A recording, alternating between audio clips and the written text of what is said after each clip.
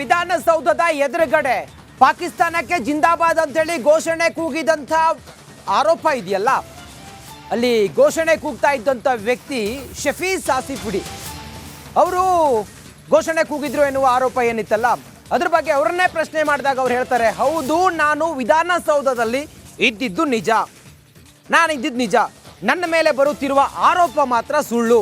ಹಾವೇರಿಯ ಮೋಟೆಬೆನ್ನೂರಿನಲ್ಲಿ ಶಫೀಸ್ ನಾಸಿಪುಡಿ ಅವ್ರ ಹೆಸರು. ಅವ್ರು ಹೇಳಿರೋ ಮಾತಿದು. ಎಲ್ಲರೂ ಜೈಕಾರ ಹಾಕಿದ್ರು, ನಾನು ಸಹ ಜೈಕಾರ ಹಾಕಿದೆ. ಸೂಕ್ತ ತನಿಖೆ ಮಾಡಿ ಯಾರು ಪಾಕಿಸ್ತಾನಕ್ಕೆ ಜಿಂದಾಬಾದ್ ಅಂತೇಳಿ ಹೇಳಿದ್ದಾರೆ ಅವರ ವಿರುದ್ಧ ಕಠಿಣ ಕ್ರಮವನ್ನು ಕೈಗೊಳ್ಳಲಿ. ಪಾಕಿಸ್ತಾನ ಜಿಂದಾಬಾದ್ ಅಂತೇಳಿ ನಾನಂತೂ ಹೇಳಿಲ್ಲ.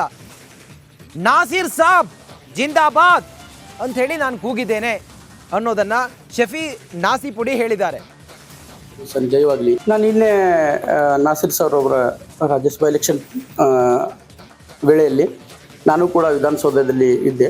ಅವ್ರ ಗೆಲುವು ಸಾಧಿಸಿಕೊಂಡು ಹೊರಗಡೆ ಬಂದ ಮೇಲೆ ಎಲ್ಲರೂ ಜೈಕಾರ ಹಾಕಿದರು. ನಾಸಿರ್ ಹುಸೇನ್ ಜಿಂದಾಬಾದ್, ನಾಸಿರ್ ಹುಸೇನ್ ಜಯವಾಗಲಿ, ನಾಸಿರ್ ಖಾನ್ ಜಿಂದಾಬಾದ್, ನಾಸಿರ್ ಸಾರ್ ಜಿಂದಾಬಾದ್ ಅಂತೇಳಿ ಎಲ್ಲರೂ ಜೈಕಾರ ಹಾಕಿದರು. ನಾನು ಕೂಡ ಜೈಕಾರ ಹಾಕಿದ್ದೀನಿ, ಕೈ ಎತ್ತಿದ್ದೇನೆ, ಜೈ ಜೈ ಅಂತ ಹೇಳಿದ್ದೇನೆ ಸರ್. ಮತ್ತು ಈ ಒಂದು ಬೇರೆ ಆರೋಪಗಳು ಬರ್ತಾ ಇದೆ,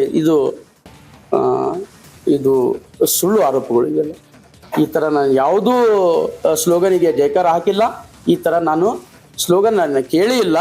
ಅಥವಾ ಯಾರಾದರೂ ಮಾಡಿದರೆ ಅದಕ್ಕೆ ಸೂಕ್ತ ತನಿಖೆ ಮಾಡಿ ಅದಕ್ಕೆ ನೀವು ಒಳ್ಳೆಯ ಕ್ರಮ ತಗೋಬೇಕು, ಅದಕ್ಕೆ ಕಠಿಣ ಕ್ರಮ ತಗೋಬೇಕು.